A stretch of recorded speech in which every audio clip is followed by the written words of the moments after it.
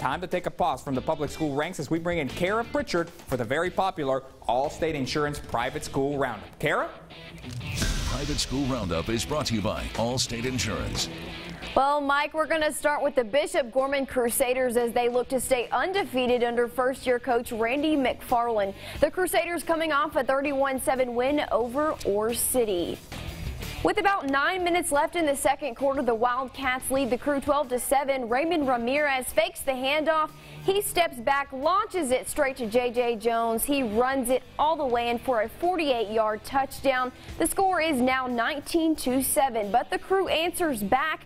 Jake Smith fires it over to Isaiah Haggerty, who finishes it off for Bishop Gorman, closing the gap 14-19. The handoff to Wildcat star T.K. Hamilton. He runs out wide, finds a gap, and he is gone 65 yards all the way to the house. And here next, Jake Smith using his arm.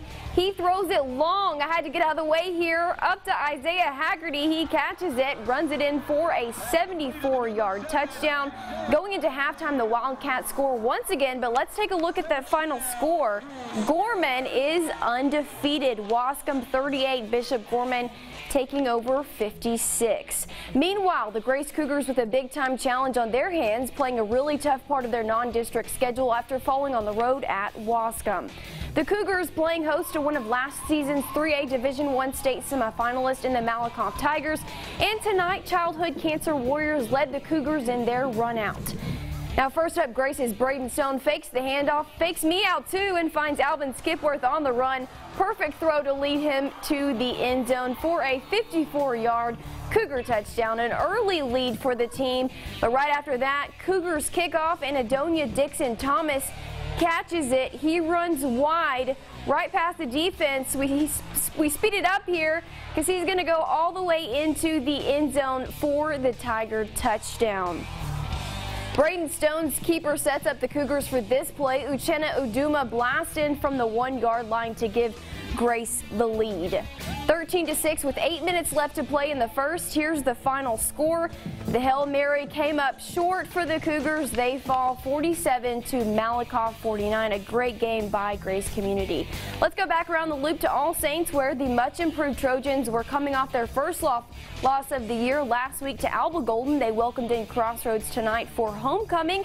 They took in this guy as well. How about a skydiver to kick off the festivities? That is Kevin Howard with the safe landing at the 45-yard line.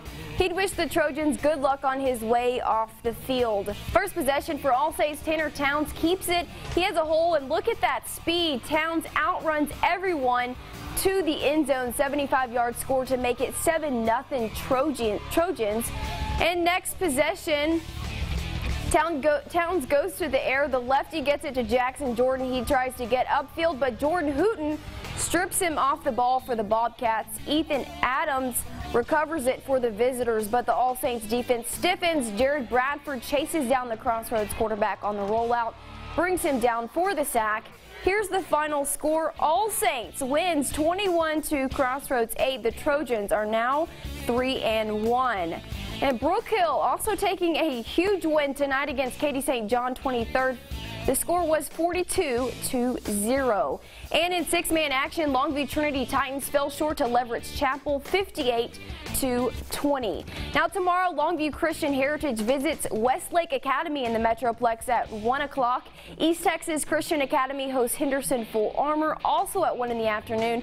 And Kings Academy and Tyler Heat square off at 6:30 over at All Saints. That's it for me, Mike. Back to you. All right.